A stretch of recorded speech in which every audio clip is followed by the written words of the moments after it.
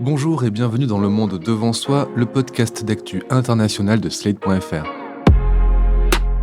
Je suis Christophe Caron et je suis en compagnie de Jean-Marie Colombani, directeur de la publication de Slate. Bonjour Jean-Marie. Bonjour Christophe. Et d'Alain Frachon, éditorialiste au Monde et spécialiste des questions internationales. Bonjour Alain. Bonjour Christophe. Souvenez-vous Alain, Jean-Marie, dans l'épisode précédent, nous nous demandions, comme beaucoup, quel coup d'éclat nous réservait Vladimir Poutine pour le 9 mai, jour de commémoration de la victoire sur les nazis.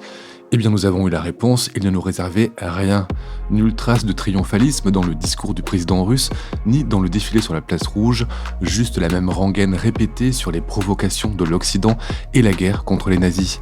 Non, en ce 9 mai, ce n'était pas du côté de Moscou qu'il fallait regarder, mais en direction de Strasbourg, où Emmanuel Macron a prononcé un discours devant le Parlement européen à l'occasion de la Journée de l'Europe et de la clôture de la conférence sur l'avenir de l'Europe. À quelques jours de la fin de la présidence française de l'UE, le Français a exposé sa vision de l'Union avec un discours pour le moins volontariste. Révision des traités, construction d'une communauté politique européenne, construction de nouveaux équilibres de sécurité et changement des modes de décision. Messieurs, vous avez tous les deux suivi ce discours. Comment l'avez-vous trouvé ? Vous a-t-il surpris, Jean-Marie ? C'est-à-dire qu'il est dans la continuité de l'engagement européen d'Emmanuel Macron. Ça, c'est un domaine sur lequel on ne peut pas lui contester cohérence et continuité. Donc, il est dans cette ligne-là. Après, si on regarde en effet dans le détail, moi, il y a toujours quelque chose qui me perturbe, c'est qu'à chaque fois qu'on rencontre des problèmes en France ou qu'on est français, on dit « faut changer la Constitution ». Et là, on dit il y a en effet des difficultés objectives, il y a des choses à améliorer, il y a des choses à faire progresser, il y a des choses à construire, notamment sur la défense. On dit « faut changer les traités ». Mais pour changer les traités, il faut que les autres soient d'accord. Et les autres n'ont pas nécessairement la même culture. Parce que chez les autres, on commence d'abord par respecter la règle du jeu et à la faire fonctionner. Donc je pense que là, il donne... Mais là, je pense qu'on touche à un point où c'est assez électoraliste de ce point de vue-là, je pense, le propos d'Emmanuel Macron. Pourquoi ? Parce que la plupart des autres partis dans le paysage politique français, soit ça abrite leur anti-européanisme en disant il faut changer les traités, soit sincèrement veulent modifier ceci ou cela. Alors ça ne veut pas dire qu'il y a des choses... Il y a une part d'adresse à la population française dans ce discours sur les traités. Toujours, bien sûr, toujours. Il est en campagne, là. Il est en campagne législative et donc on ne peut pas s'abstraire de ça. Après, on y reviendra, mais il peut y avoir une justification à faire évoluer certains aspects des traités, c'est sûr. Mais commençons déjà par nous assurer que les choses fonctionnent comme elles doivent fonctionner. En revanche, sur la communauté dite politique européenne, je pense que là, c'est un réflexe très français. Ça avait été le réflexe de François Mitterrand quand s'était posé la question de l'élargissement de l'Union européenne aux pays nouvellement libérés, parce qu'il faut toujours rappeler que la chute du mur, c'est une libération et que l'accès à la démocratie représentative pour tous ces pays, c'était une conquête. Et donc, ceux-là voulaient adhérer à l'Union européenne. Historiquement, on ne voit pas comment on aurait pu repousser des gens dont on disait pendant les 50 ans qu'avait duré le rideau de fer, dont on disait mais ils sont prisonniers, donc venez à nous parce que la liberté est de notre côté. Donc il y avait cet impératif historique, certes, mais François Mitterrand avait considéré que plutôt que d'élargir automatiquement, il eût mieux valu faire deux cercles. Un premier cercle, les fondateurs de l'Union et l'Union européenne telle qu'elle est dessinée, d'ailleurs telle qu'elle est dessinée aujourd'hui la zone euro, et autour, pour accueillir les nouveaux, une confédération. Et donc il avait vu cela comme ça. Il a été bloqué par Václav Havel, qui avait un immense prestige à ce moment-là, et qui ne voulait pas de ce schéma, qui voulait l'adhésion tout de suite, et surtout aussi par les États-Unis, qui, eux, ont eu toujours tendance à confondre OTAN et Union européenne. Et donc, ils considéraient que les frontières des deux devaient se recouper, et donc il fallait accueillir dans l'OTAN et accueillir dans l'Union européenne. Et donc, François Mitterrand n'a pas pu aboutir. Voilà que Emmanuel Macron reprend cette idée au bénéfice de l'Ukraine, de la Géorgie, de la Moldavie, de tous ceux-là qui voudraient se rapprocher de l'Union et qui veulent se rapprocher de l'Union européenne. Est-ce que ça aura plus de succès que François Mitterrand ? Oui, je pense, parce que tout le monde a bien conscience que l'adhésion ipso facto de l'Ukraine, ça pose beaucoup. C'est un grand pays, l'Ukraine, ça pose quand même pas mal de problèmes. Donc, je pense qu'il aura peut-être davantage de chances de succès que François Mitterrand sur ce sujet, mais je veux dire, on a bien vu tout de suite qu'un certain nombre des 27 étaient réticents aussi à cette perspective. Mais néanmoins, c'est une tentative intéressante. Voilà comment j'ai reçu ces prises de position du président Macron. Avant de rentrer dans le détail des propositions du président français, votre avis sur ce discours, votre sentiment après ce discours, Alain? Je trouve que cette idée d'une communauté politique européenne est une bonne idée, parce que dans les années qui viennent, et là, il est même question de semaines, voire de mois qui viennent, l'Union européenne va être confrontée à cette question. Ça va être la question principale. Qu'est-ce qu'on fait de ces 3 ex-républiques soviétiques que sont l'Ukraine, la Moldavie et la Géorgie? Alors, il est entendu qu'elles n'entreront pas dans l'OTAN. Les Français et les Allemands sont opposés, les Américains ne sont pas très enthousiastes, l'OTAN en elle-même encore moins, parce que ça étirerait encore davantage l'organisation et ça en diminuerait l'efficacité sans doute. Donc qu'est-ce qu'on fait? Qu'est-ce qu'on dit à des gens qui sont bombardés tous les jours parce qu'ils veulent entrer dans l'Union européenne? Parce que c'est ça la situation à laquelle va être confrontée l'Union européenne. C'est ça la situation. Vous avez des gens qui tombent sous les bombes tous les jours et qui veulent entrer dans l'Union européenne. Alors, eux, ils ont une conception de l'Union européenne qui est différente de la nôtre. Cette idée que c'est un projet totalement intégré, avec un marché unique, des normes comptables uniques, des normes sécuritaires, sanitaires, alimentaires uniques, etc. C'est donc une intégration extraordinairement poussée sur le plan juridique, notamment. L'Union européenne, c'est du droit. Le marché unique, c'est du droit. Ça peut pas se faire rapidement. Ça peut pas se faire rapidement. Déjà, lorsque Madame la présidente de la Commission, Madame von der Leyen, a apporté à Kiev le dossier d'adhésion pour l'ouvrir, pour qu'ils commencent à le remplir, les Ukrainiens, ce dossier, c'est 150 000 pages. En général, les États mettent plusieurs années à le remplir. Les Ukrainiens ont mis quelques semaines pour le remplir. Ils y ont consacré des équipes jour et nuit. Parce qu'ils ont le sentiment que s'ils appartiennent à l'Union européenne, ils règlent une partie de la sécurité face à la Russie. La Russie n'attaque pas les pays de l'Union européenne. Il se trouve qu'ils sont dans l'OTAN aussi, donc ça aide. Mais après tout, il y a aussi une clause de sauvegarde sécuritaire au sein de l'Union européenne. On ne le sait pas assez dans les traités. Donc, pour les Ukrainiens, il est inimaginable qu'on leur dise non, ou qu'on leur réponde, comme l'a dit extraordinairement maladroitement Emmanuel Macron, ça prendra peut-être des dizaines d'années. Vous dites pas ça à des gens qui sont sur les bombes et qui veulent entrer dans l'Union européenne, qui se battent pour être dans cette zone de paix. Vous pouvez pas leur dire ça. C'est impossible. Donc il faut leur dire, vous allez entrer dans l'Union européenne, ça sera cette communauté politique. C'est aussi ce que propose l'ancien Premier ministre italien Enrico Letta, et c'est ce que proposait François Mitterrand. Mais à l'époque, et les États-Unis étaient contre, et surtout Václav Havel, qui était encore le président de la Tchécoslovaquie unie, et qui avait cette aura, à juste titre d'ailleurs, de héros de la lutte contre l'Union soviétique, puisqu'il avait fait 4 ans de prison, où il attrapa quand même un cancer au poumon. Donc c'était pas rien, Václav Havel. Moi, je l'ai rencontré une fois, c'était un personnage avec un charisme, un charme, un humour formidable. Et donc, Havel est contre le discours de Mitterrand, il veut rentrer le plus vite possible dans l'Union européenne. Et pour lui, c'est rejoindre le monde occidental. C'est ça que ça veut dire aussi pour les Ukrainiens. C'est ça que souhaitent les Moldaves, qui vont probablement, peut-être, être attaqués par la Russie dans les semaines qui viennent. C'est ça qu'ils veulent. Ils sollicitent cette protection. Et donc, si l'appartenance à cette communauté politique peut servir à quelque chose, il faut l'utiliser. On ne peut pas dire à ces gens, écoutez, l'Union européenne, c'est très compliqué, il faut 10 ans de préparation. On avait dit aux Polonais, aux Hongrois et à la Tchécoslovaquie, à l'époque, ça prendra 20 ans. Ils l'ont fait en 6 ans. Donc voilà, ça prendra pas... Ils l'ont fait en 6 ans, mais on voit que ça pose quand même des problèmes par ailleurs. Donc je pense que c'est une bonne idée, qu'il fallait la formuler à ce moment-là, qu'il ne fallait surtout pas répondre aux Ukrainiens, votre entrée, votre adhésion à l'Europe occidentale, l'Europe qui n'est pas menacée par la Russie, prendra des dizaines d'années. C'était invraisemblablement maladroit de dire ça, mais je crois que l'idée est une bonne idée, et de toute façon, cette question va se poser à l'Union européenne, pas simplement ces pays-là, mais les pays des Balkans aussi. ouais, sont candidats, sont dans le tuyau pour être candidats.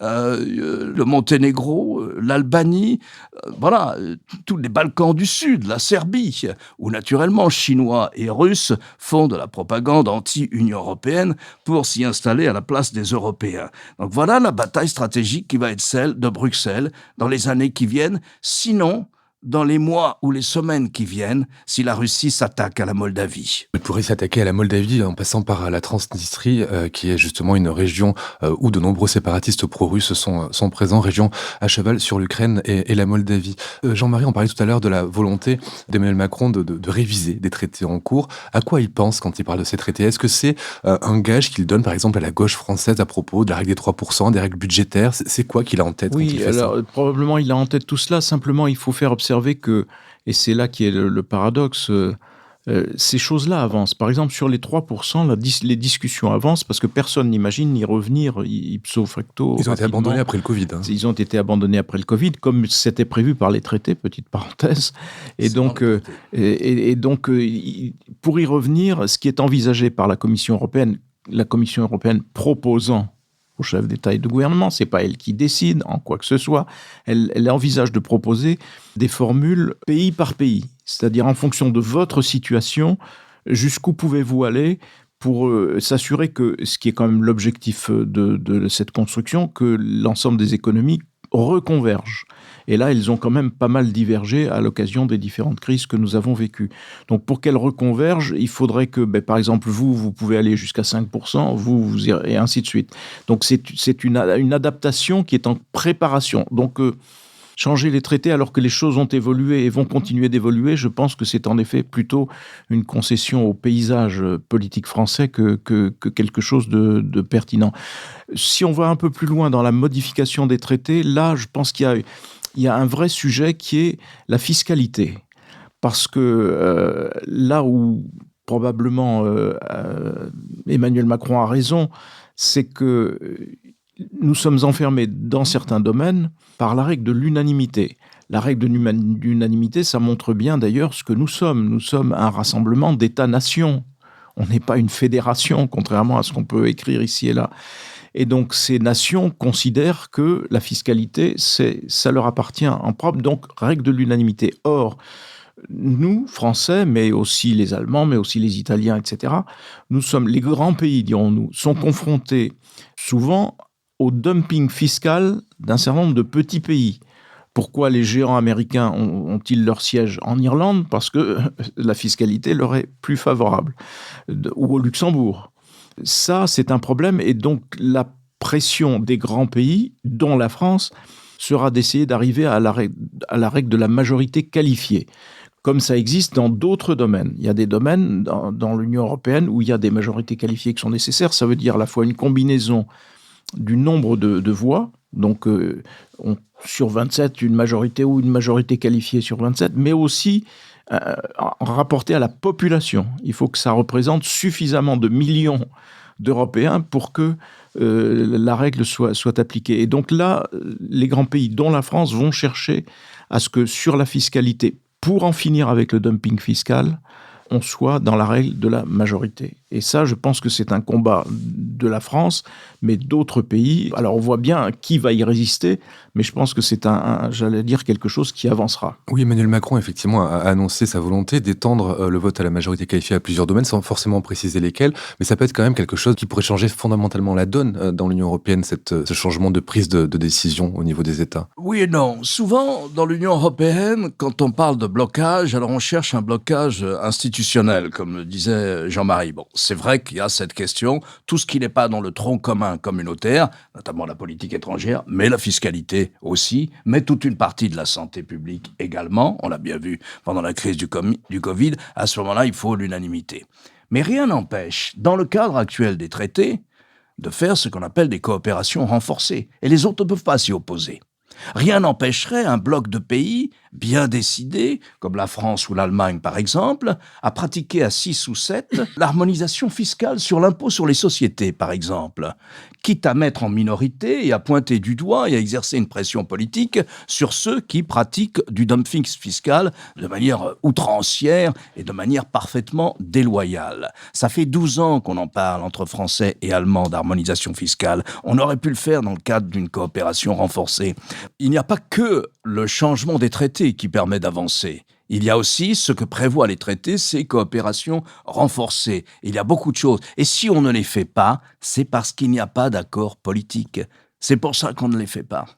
Je remarque enfin, deuxième remarque si vous voulez, je remarque que Emmanuel Macron a reçu immédiatement une réponse venant d'autres pays européens, puisque en réponse à ce discours de Strasbourg, qui terminait la conférence sur l'avenir de l'Europe, où des citoyens européens ont fait un certain nombre de propositions pour changer le fonctionnement de l'Europe, eh bien, en réponse au discours d'Emmanuel Macron, il y a 13 États qui ont dit non. Pas question de nous lancer dans le changement des traités. Ça ne veut pas dire pour autant qu'Emmanuel Macron a eu tort de le dire, puisqu'on voit bien que cette façon qu'il a de faire du forcing, c'est ça qui a accouché au plan d'accompagnement, d'investissement public accompagnant la crise du Covid. Donc ça ne veut pas dire, c'est pas parce que des gens disent tout de suite qu'ils ne sont pas d'accord qu'il ne faut pas le faire. Mais enfin, vous voyez, il y a dans le cadre même des traités, actuellement, il y a des moyens de faire évoluer les mécanismes de fonctionnement de l'Union européenne. Il y a un domaine où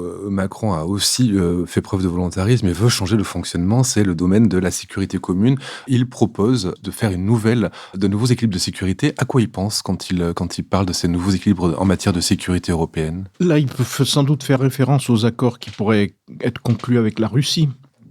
Mais sur ce sujet, il faut peut-être rappeler que si la Russie avait voulu entrer dans une négociation de cette nature, elle avait l'occasion de le faire lors du face-à-face entre Joe Biden et Vladimir Poutine. Au mois de juin. Au mois de juin. C'était d'ailleurs à l'ordre du jour, en principe. Et ça n'a jamais été évoqué parce que Vladimir Poutine voulait la guerre. Donc il faut le rappeler constamment. Donc probablement, oui, à terme, y aura-t-il une négociation qui pourra rejeter les bases d'un accord collectif, comme il y en avait eu un entre l'Europe, les États-Unis et la Russie soviétique et l'Union soviétique, puisque c'était les fameux accords d'Helsinki. Donc, plus même la création d'une structure commune, l'OSCE. Et donc, on voit bien qu'on avait beaucoup avancé sur ce terrain avec l'Union soviétique et qu'avec Poutine, on a formidablement reculé. Et on continuera de reculer, à mon avis, tant qu'il sera au pouvoir. À propos de la défense et de la sécurité commune, il y a un événement cette semaine, c'est la demande de la Finlande d'entrer dans l'OTAN. Bon, avant de voir les conséquences en rapport avec la Russie, je me demandais, cette demande de la part d'Helsinki, ça montre quand même l'inexistence des mécanismes de défense et de soutien entre pays membres de l'Union européenne, et donc la prévalence de l'OTAN sur notre architecture de défense. Est-ce que c'est quelque chose qui est souhaitable qu'elle rentre dans l'OTAN ? J'imagine qu'elle ne peut pas faire autrement. Je ne sais pas, non, c'est eux ce sont les Finlandais qui ont sans doute le pays qui a la plus grande expérience, la plus grande pratique des Russes. D'abord, c'est leurs voisins. Ensuite, ils se sont fait la guerre, une guerre terrible. Après quoi, les Finlandais ont expérimenté avec succès, du temps de l'Union soviétique, cette manière de neutralité active, c'est-à-dire qu'ils étaient parfaitement maîtres de la manière de toute la politique intérieure et de leur politique économique, qui était très brillante par ailleurs, et de la pratique de la démocratie, mais ils ne faisaient pas de choix de politique étrangère relatif à la guerre froide. Ils ne choisissaient ni le camp de l'Union soviétique, ni celui des États-Unis. Il faut quand même rappeler que c'est une neutralité qui était imposée par l'Union soviétique à la Finlande. C'est pas vraiment choisi par Helsinki. Oui, mais c'est un arrangement qui finalement a pas mal marché. Il valait mieux être dans la situation de la Finlande que dans ce qui a été imposé par l'Union soviétique à la Pologne, à la Hongrie ou à la Tchécoslovaquie, où là, ils n'étaient même pas maîtres de leur politique intérieure, puisque ce devait être une filiale du Parti communiste soviétique qui administrait le pays. Il n'était pas question pour les Polonais ou pour les Hongrois d'avoir une démocratie active, ou lorsqu'ils ont essayé de le faire, sans même changer les structures de leur économie, lorsqu'ils ont essayé de le faire, l'Union soviétique a envoyé les chars pour arrêter immédiatement ces expériences. Donc ça a été vrai en Hongrie, ça a été vrai en Tchécoslovaquie, ça a été vrai à Budapest et à Prague. Donc la situation qu'avaient arrivé à négocier les Finlandais pour une raison d'ailleurs. Parce qu'ils se sont battus comme des lions contre les Soviétiques. C'est un des plus mauvais souvenirs de l'armée rouge, la campagne de Finlande. Et donc, ils savaient à qui ils avaient affaire aussi, les Soviétiques. Donc voilà. Alors maintenant, c'est eux, c'est leur propre expérience de la sécurité. C'est l'expérience de la sécurité avec Vladimir Poutine. C'est pas l'OTAN qui a proposé aux Finlandais d'entrer dans l'OTAN. De même que l'OTAN n'avait pas proposé aux autres d'entrer. C'est eux qui sollicitent ça. C'est la situation d'insécurité absolue des voisins de la Russie, de Poutine, qui provoque cette demande. Donc c'est eux qui ont estimé leurs besoins sécuritaires. Bon, moi, je ne vais pas me substituer à l'expression démocratique, en plus des besoins sécuritaires du gouvernement d'Helsinki. Ils jugent que c'est la bonne solution pour eux.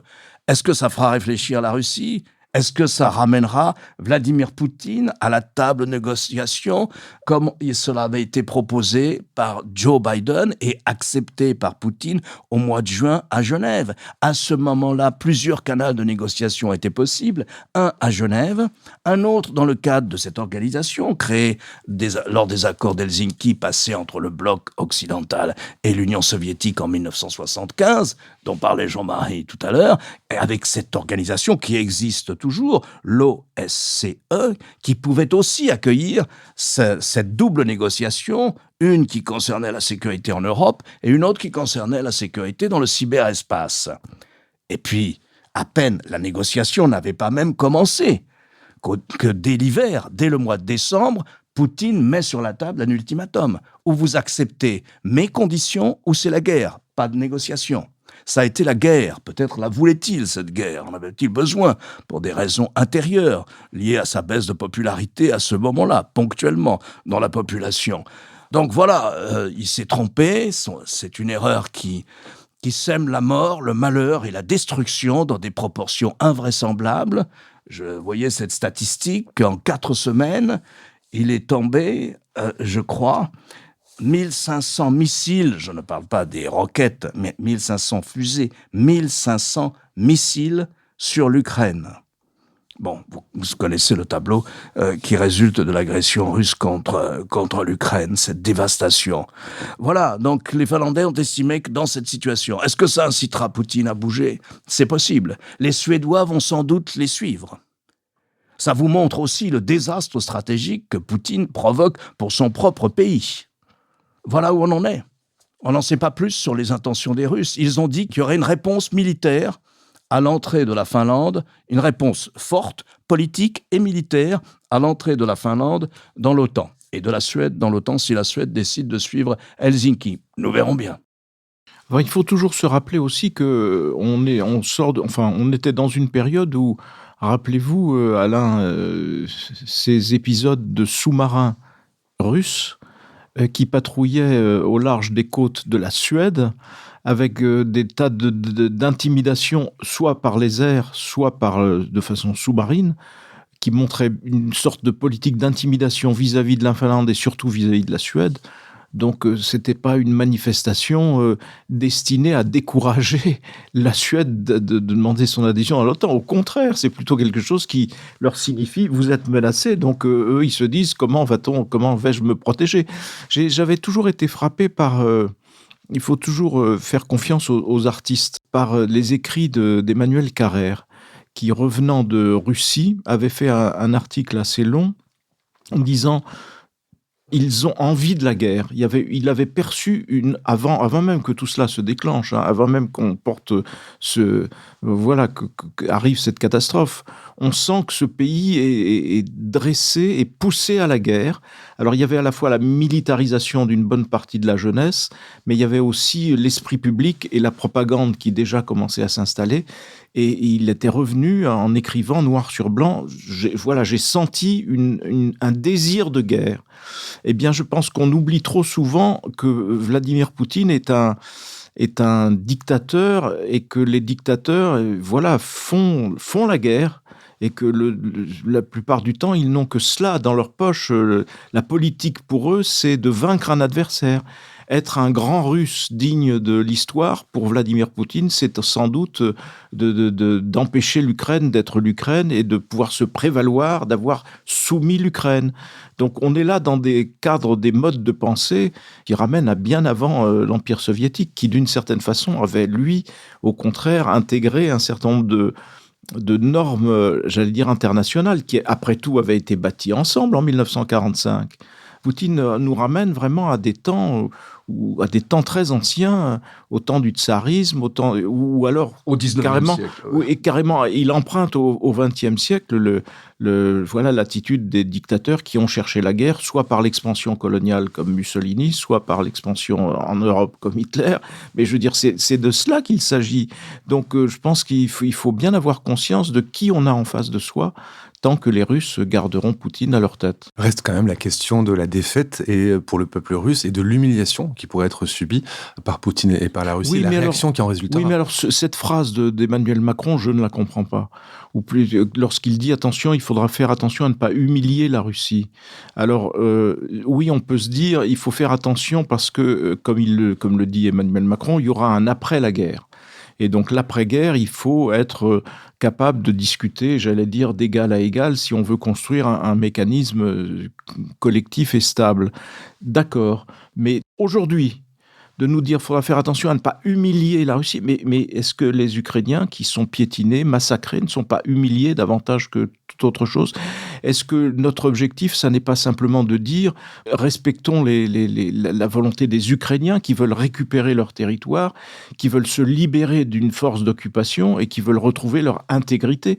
C'est cela que l'on doit appuyer, et c'est non pas l'idée que oh là là, attention, il ne faudrait pas qu'ils aillent trop loin, et parce qu'il ne faudrait pas humilier Poutine. Mais de quoi parle-t-on ? Ça, c'est un propos ahurissant pour moi, en tout cas maintenant. Alors je sais bien qu'il y a en France le souvenir du traité de Versailles, que le traité de Versailles est censé avoir été sous l'influence de Clémenceau, quelque chose de beaucoup trop dur pour l'Allemagne, qui que quoi, etc.